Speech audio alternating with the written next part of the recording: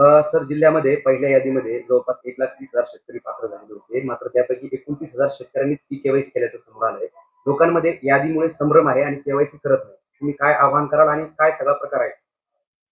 नमस्कार. मी विष्णू रोडगे, जिल्हा उपनिबंधक सहकारी संस्था जालना. शासनाची महत्वाकांक्षी असलेली पुण्यश्लोक अहिल्यादेवी शेतकरी कर्जमुक्ती योजना 2026 शासन प्रभावीपणे राबविण्यास सुरुवात केलेली आहे.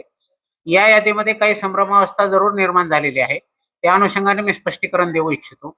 राष्ट्रीयकृत बँकांच्या कर्जदारांच्या बाबतीत राष्ट्रीयकृत बँका कर्ज थकीत गेल्यानंतर ज्याला NPA झाला असं म्हटलं जातं, त्या तारखेचा येणे आकडा शासनानं कर्जमाफीसाठी गृहीत धरलेला आहे.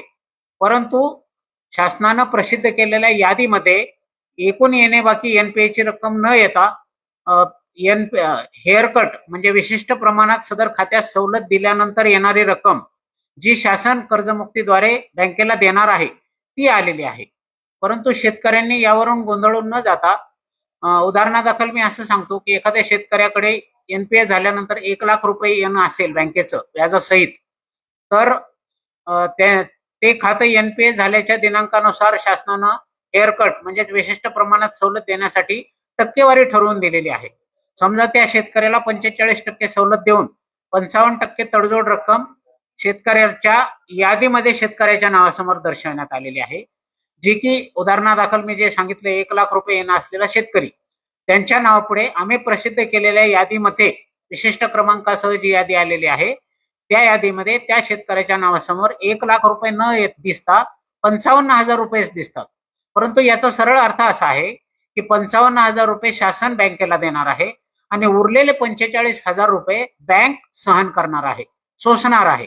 आणि या उपर शेतकऱ्यांनी केवळ यादीतील आकडा न पाहता त्यापुढे जाऊन बँकेच्या शाखेत जाऊन शहानिशा करून किंवा सरळ आपले सरकार सेवा केंद्रावर जाऊन आपला विशिष्ट क्रमांक सांगितल्यानंतर स्क्रीनवर जर बघितलं तर त्या शेतकऱ्याच्या नावापुढे 1,00,000 रुपये रक्कम एवढीच दिसणार आहे.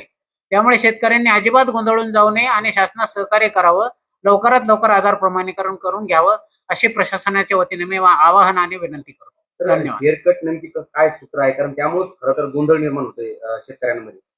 नेमकी काय सूत्र काय असेल? यात सूत्र असं आहे की हे सूत्र फक्त राष्ट्रीयकृत बँकांच्या बाबतीत आहे. जिल्हा मध्यवर्ती बँकांचं जेवढं येणं आहे तेवढी सगळी रक्कम कर्जमाफीत आलेली आहे. प्रमाणीकरण केल्यावरती बँकेला कर्ज खात्यात जमा होणार आहे. परंतु राष्ट्रीयकृत बँका कर्जदारांना विशिष्ट कालावधीनंतर ते थकीत झाल्यानंतर NPA म्हणजे नॉन परफॉर्मिंग असेट असं वर्गीकरण करतात आणि अशा खात्यांना शासनाच्या आवाहनानुसार बँकांनी हेअरकट म्हणजे विशिष्ट प्रमाणात सवलत द्यावी असं आवाहन शासनाने केल्यानुसार बँकांनी ते मान्य केलेलं आहे. जसं मी आधीच्या बोलण्यात उदाहरण दिलं, शेतकऱ्यांना त्यांच्याकडे येणे असलेल्या रकमेपैकी काही रक्कम शासन कर्जमाफीद्वारे देणार आहे आणि उरलेल्या रकमेचा भार ती बँक सोसणार आहे.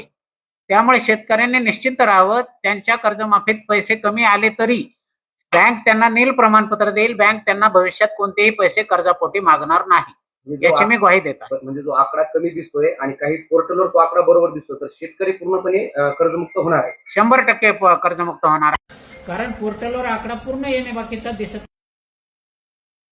सुद्धा तोच आकडा येणार आहे. यादीमध्ये हेअरकट नंतरचा आकडा येतो. त्यामुळे कृपया गोंधळून जाऊ नये.